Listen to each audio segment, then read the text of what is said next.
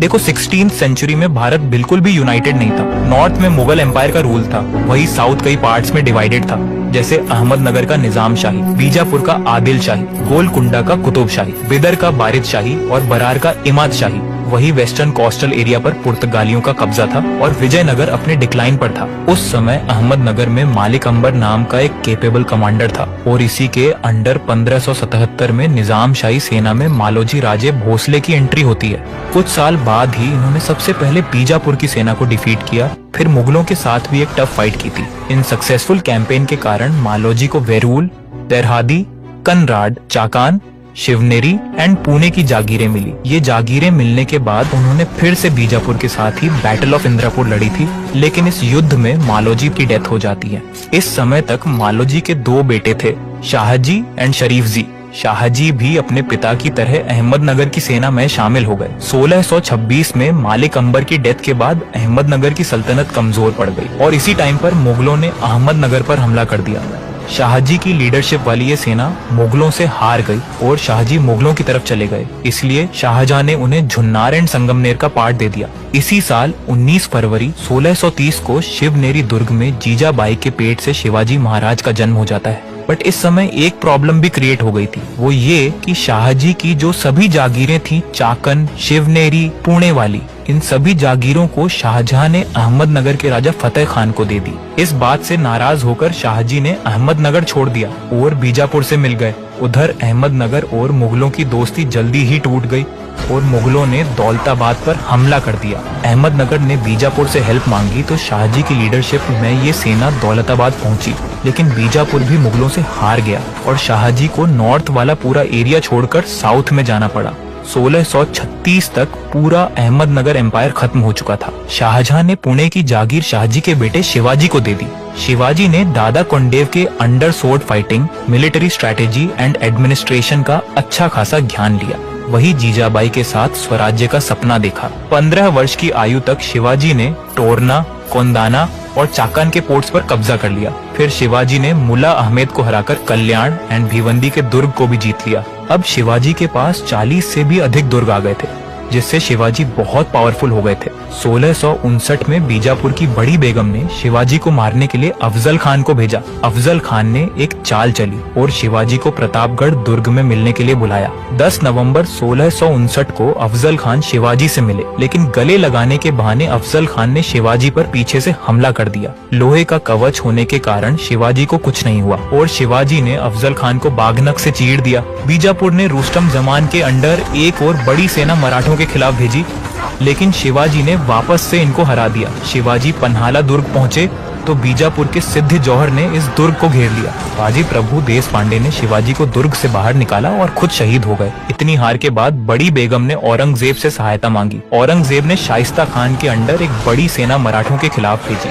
चाकन के इस युद्ध में मराठे हार गए और पुणे पर मुगलों का कब्जा हो गया, लेकिन 5 अप्रैल 1663 को शिवाजी ने शाइस्ता खान पर हमला कर दिया। इस लड़ाई में शाइस्ता खान की 3 उंगलियां कट गईं और शाइस्ता खान पुणे से भाग गया। पुणे पर कब्जा करते ही शिवाजी ने सूरत पर हमला कर दिया और मुगलों को वहां से भगा दिया। औरंगजेब ने मिर्जा राजा जयसिंह के अंडर एक बार फिर मराठों पर हमला कर दिया और पुरंदर दुर्ग को घेर लिया। मुगल सेना को देखकर इस बार शिवाजी ट्रीटी के लिए मान गए। मिर्जा राजा जयसिंह और शिवाजी के बीच ट्रीटी ऑफ पुरंदर साइन करी गई, जिसमें शिवाजी ने अपने 23 किले मुगलों को दे दिए, जिसमें पुरंदर, कोंडाना, लोहागढ़ एंड प्रबलगढ़ जैसे किले थे।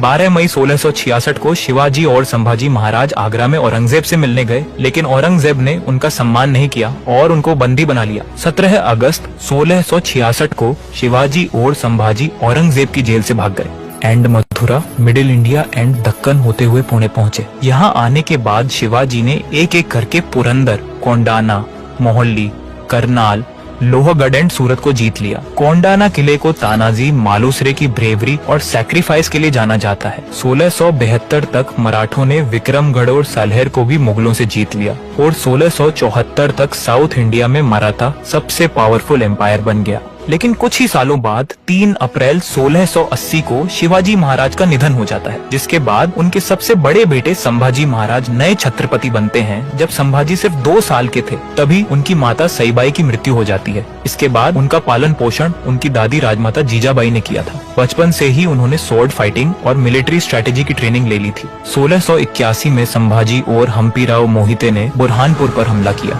और मुगल सेना को पीछे हटने पर मजबूर कर दिया। लेकिन दूसरी तरफ साउथ में पुर्तगाली भी मराठों के लिए न्यू प्रॉब्लम क्रिएट कर रहे थे, क्योंकि जब मराठों ने पोंडा फोर्ट पर सेना मजबूत की तो इस बात को लेकर पुर्तगालियों ने मराठों पर हमला कर दिया। लेकिन इस युद्ध में मराठों की जीत हुई और उन्होंने गोवा पर कब्जा कर लिया। इस बात से नाराज होकर पुर्तगालियों ने वापस से मराठों पर हमला कर दिया। लेकिन संभाजी महाराज मुगलों से लड़ना चाहते थे, न कि पुर्तगाली से, इसलिए संभाजी ने पुर्तगाली फोर्स के साथ पीस ट्रीटी साइन कर ली और गोवा छोड़ दिया। 1684 में औरंगजेब ने एक बार फिर रायगढ़ पर हमला किया, लेकिन वापस से मराठों ने उनको पीछे धकेल दिया। अब औरंगजेब को एक बात कंफर्म हो गई कि बीजापुर और गोलकुंडा ही मराठों की हेल्प कर रहे हैं, इसलिए उसने पूरे साउथ को जीतने का तय किया। बरार, गोलकुंडा और गजपति एम्पायर को तो अकबर ने ही जीत लिया था। देन बिदर को औरंगजेब ने बहुत पहले ही हरा दिया था। अब औरंगजेब ने 1686 में बीजापुर पर हमला किया। बीजापुर के सिकंदर आदिल शाह ने टफ फाइट की, लेकिन एंड में हार गए। फिर 1687 में गोलकुंडा के साथ युद्ध करके इन दोनों सल्तनत को हमेशा के लिए खत्म कर दिया। अब एक पावरफुल मुगल सेना ने वापस से रायगढ़ पर हमला कर दिया, लेकिन वाई के इस युद्ध में मुगल वापस से हार गए। अब औरंगजेब ने एक नई चाल चली। उसने संभाजी महाराज के करीबी रिश्तेदारों को छत्रपति बनने का लालच दिया और ये प्लान कामयाब भी हो गया, क्योंकि एक दिन जब संभाजी और कवि कलश संगमेश्वर से अकेले जा रहे थे, तब संभाजी के करीबी लोगों ने ये खबर मुकर्रब खान को दे दी। मुकर्रब खान ने इन दोनों पर हमला करके इनको बंदी बना लिया और बहादुरगढ़ ले जाकर उनके साथ ब्रूटल टॉर्चर किया गया एंड 11 मार्च 1689 को उनकी मौत हो गई। इतनी दर्दनाक मौत की खबर सुनकर मराठाओं में नया जोश भर गया और उन्होंने राजा राम को अगला छत्रपति बनाया। लेकिन इस समय तक मुगलों ने रायगढ़ पर कब्जा कर लिया और संभाजी की पत्नी यसुबाई और उनके बेटे साहू महाराज को बंदी बना लिया। राजाराम ने जब गिंजी को अपनी नई राजधानी बनाया तो औरंगजेब ने जुल्फिकार अली खान की लीडरशिप में इस दुर्ग पर हमला कर दिया। लेकिन मराठाओं को नौसेना की वजह से सूरत से डायरेक्ट हेल्प मिल रही थी। जब राजाराम ने मुगलों को हावी होते हुए देखा तो वो जिंजी फोर्ट को छोड़कर विशालगढ़ आ गए। 1698 तक मुगलों ने जिंजी फोर्ट पर कब्जा कर लिया। राजाराम ने सतारा को अपनी नई राजधानी बनाई, लेकिन 2 साल बाद ही उनकी डेथ हो गई। इसके बाद महारानी ताराबाई ने अपने बेटे शिवाजी सेकंड को नया छत्रपति बनाया, लेकिन इस समय शिवाजी सेकंड की उम्र सिर्फ 4 वर्ष की थी, इसलिए महारानी ताराबाई ही पूरा एडमिनिस्ट्रेशन एंड मिलिट्री कैंपेन संभाल रही थी। मुगल भी अब तक कमजोर हो गए थे, क्योंकि उनका सारा धन दक्कन के राज्यों को हराने में लग गया था। इसलिए महारानी ताराबाई ने धीरे धीरे खानदेश, पेरार और मलवा को जीतकर मिडिल इंडिया तक पहुंच गई। 1707 में ही मुगल बादशाह औरंगजेब की मृत्यु हो गई, जिसके बाद बहादुर शाह मुगल गद्दी पर बैठा। लेकिन अब मुगलों का डाउनफॉल स्टार्ट हो गया था। बहादुर शाह चाहता था कि मुगलों और मराठों के रिलेशन अच्छे हों, इसलिए उसने संभाजी महाराज के बेटे साहू महाराज को रिहा कर दिया। साहू महाराज अब 25 वर्ष के हो गए थे, इसीलिए वो भी छत्रपति बनना चाहते थे। लेकिन ताराबाई अपने बेटे शिवाजी सेकंड को ही छत्रपति रखना चाहती थी, इसलिए दोनों के बीच सिविल वॉर स्टार्ट हो गई, जिसमें साहू महाराज की जीत हुई और ताराबाई को सतारा छोड़कर कोल्हापुर जाना पड़ा। लेकिन अभी भी मराठा नेवल ऑफिसर कान्होजी अंग्रे ताराबाई के सपोर्टर थे, लेकिन बालाजी विश्वनाथ ने उनको समझा बुझाकर अपने साइड कर लिया। इसीलिए 1713 में शाहू महाराज ने बालाजी विश्वनाथ को पहला पेशवा नियुक्त किया और मराठा हिस्ट्री का सबसे बड़ा डिसीजन लेते हुए अपनी सारी शक्ति पेशवा को सौंप दी और खुद एक कठपुतली जैसे छत्रपति बनकर रह गए। इस समय मुगल किंग फर्रुखसियर थे, जो कि मराठाओं से दक्कन वापस लेना चाहते थे। इसीलिए उसने मुगल जनरल हुसैन अली खान की लीडरशिप में एक सेना मराठाओं के खिलाफ भेजी। लेकिन अब मुगल सेना मराठों के सामने बहुत कमजोर थी, इस कारण से मुगल मराठाओं से हार गए।